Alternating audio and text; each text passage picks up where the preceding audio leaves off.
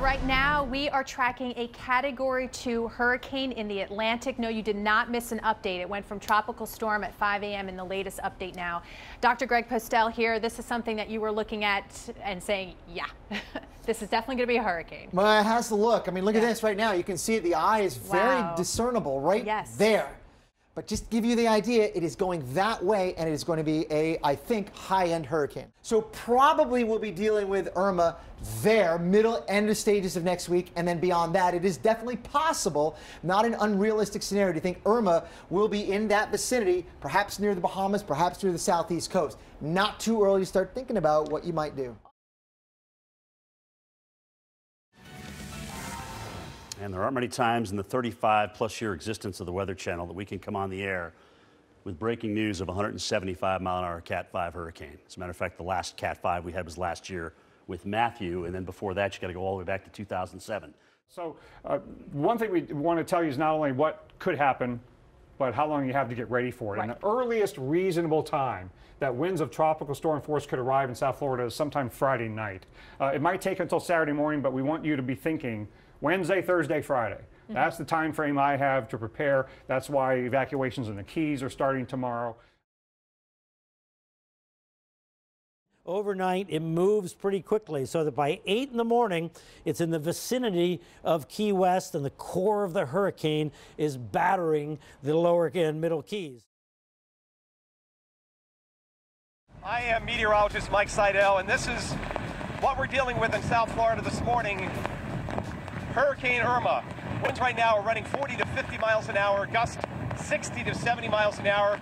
We've already had a couple of tornado warnings, and you can hear the rain hitting my jacket. We're getting these tropical rain bands rolling in, and we're more than 100 miles or so from the center of Irma. Gives you an idea of how strong this hurricane is. We do have storm trackers that are placed down there, Key West, also east of Key West, in the Big Pine Key area as well. And unfortunately, that northern eye wall is closing in on the Middle Keys as we speak. We want to bring in our storm tracker, Jim Eds, right now, who joins us on the phone. Actually, we see you, Jim. What is it like for you right now at Big Pine Key? Well, right now, it looks like the eye wall is hitting us. I saw winds 167 miles an hour. I'm in Big Pine Key at mile marker 30. And my back is to the wind. We have a little bit of a block, but it's gusting pretty good through here. So this is probably the last one I can do like this until we get maybe an eye or something like that. Jim, I'm amazed at technology that we're able to actually see you. I know we have an extreme wind warning where you are right now. The Weather Service warning of winds that could get as high as 115 miles per hour in the next few minutes. Oh yeah, I think this one's going to be the worst one to come through here since 1935.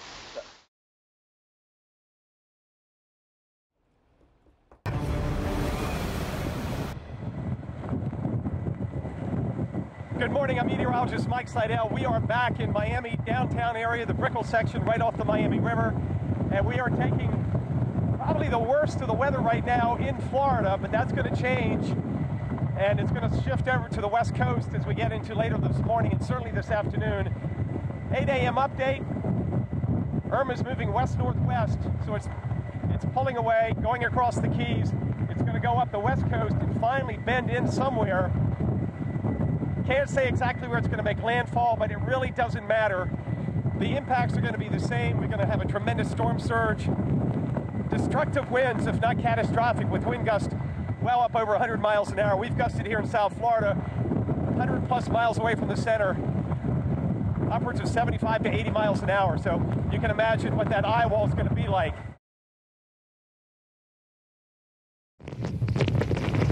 This is an eye wall. This is truly an eye wall here. And now the intensity of it is right upon us. Now right here in the heart of Naples, right along US 41 Tamiami Trail. We have extreme wind warnings up for the Naples area. This is Collier and Hendry County, and it's easy to believe that. You're seeing on there, that is Mike Bettis' camera right now, his crew that is in Naples, Florida, and just look at the wind. Look at the trees. They are absolutely getting hammered right now. We're praying for an eye. Once you have to endure one of these eye walls, you know, you never forget it. And with these now the most intense of the winds within the eye wall. You start seeing things fly. So again, as storms go, kind of amazing watching this whole thing work its way through Barbuda, absolutely hammer the U.S. Virgin Islands and the British Virgin Islands and the northeastern leeward, crush the Turks and Caicos, work its way through the Bahamas, hammer the Keys with surge and winds gusting to 120, 130 miles per hour down there, and finally making its way up toward the mainland here. Brian, let's talk about the future of this. How quick does this eye wall break down? I mean, when this gets up into Tampa, what are we going to have? I think we're going to have a weaker hurricane, and if it continues on this trajectory, it is going to bring, and it already is bringing, very strong winds over the entire state. You know, in these big, giant, unraveling vortices, wow, Jim, that's a good gust there. That's a good gust. Yeah. All right, welcome back to the Weather Channel. We are bracing Hurricane Irma as it gets closer to Tampa Bay. Again, we haven't seen a direct hit here in over 90 years. Now, likely the center of the storm is going to pass just off to our east. Regardless, this is going to put down quite a bit of rain, howling winds, and then, of course, the storm surge that we've all been talking about going into the overnight hours as the storm continues its track up the Sunshine State. Again, even though the winds have downgraded to 105 miles per hour, this is still a monster of a storm. And I think what Dr. Postel, I want to show you something. We're going to try to get to the end of this parking deck and give you another view of the St. Johns River. Kind of a different angle, so to speak. You see the Main Street Bridge, and yeah, another flash way off in the distance as power transformers continue to burst. The numbers continue to rise in terms of those power outages. We're in pretty good shape where we happen to be, but there are millions others in the great state of Florida that are not. And Georgia, power outages there. Another flash. We saw one there just a second ago. All right, Dr. Postel, if you're with me, please take a look at this. I want you to look at the base of the bridge. And again, we are making history, breaking the storm surge numbers that we had set back by Hurricane Dora. Look at this posting. Tell me what you think. I want your observations. Reynolds, your water is going to rise in there where you are right now in downtown Jacksonville, probably another 1 to 2 feet. And the remarkable part about this all is that the tide is still going out. Low tide is in about another hour, yet the water continues to go up. There is a flash flood emergency right now for downtown Jacksonville. Overall, the area that we're talking about is right there, but I'm going to zoom in right now to show you that the St. Johns River continues to rise significantly, perhaps another 1 to 2 feet, as I mentioned. According to the National Weather Service, this is a particularly dangerous situation. And even though the tide is going out now, in about an hour, the tide will be coming back in, and the wind will be switching around to the south, allowing some of the St. Johns River to flood northward into downtown Jacksonville. Like you have behind me. I'll step out again just to kind of show you the road's been cut off, and believe it or not, we still find people trying to make their way past this area. But again, part of the situation with down power lines is you don't want to drive over them either. This is unfortunately something, if you're driving around tonight, you can come upon very quickly and unexpectedly. So remaining vigilant over the next couple of hours, even as the rain, believe it or not, as heavy it is right now, feels like it's letting up just a little bit. Let's go now, if we can, by phone. We joined Jim Edds, who, if I'm not mistaken, is actually in Homestead, Florida right now. Jim is a storm tracker. Jim, first off, I'm so glad you're okay, but can you walk us through what happened as the storm made landfall? Right. Good morning, Reynolds. It was a wild ride. We didn't know if we were going to get a 160 miles an hour or something weaker. We expected a 160. I went down there. I met up with Mark Brackley. And the rest of his family left. They got out of the Keys, and that night we were watching it come in on radar, and I was in a room, and it just started shaking a little bit, and I was really wondering if we were going to make it, and that eye wall was still south of us. But luckily that house stood up, and we were able to get outside and do some filming during the whole storm and run back inside to take breathers, and I think we did a good job of documenting the storm surge and the wind pushing through there. Well, I guess you can kind of still tell this is the Driftwood Trailer Park. We are in Tavernier, just south of Key Largo. Come on inside. I have some people to introduce you to. Holy An understandable first reaction. Felix Rosario has been weekending here for 8 years. See all that seaweed on his living room and bedroom floor? That is storm surge, enough to crack a hole right through the wall there. These homes smashed into each other like they weighed nothing. Felix can't even recognize the area anymore. I'm just trying to realize that what I'm looking now, it's just amazing. It's something else. I mean, it's like a bombs exploded here. He's not here all the time, but Suzelle and Guillermo Tierra, this is their one and only home.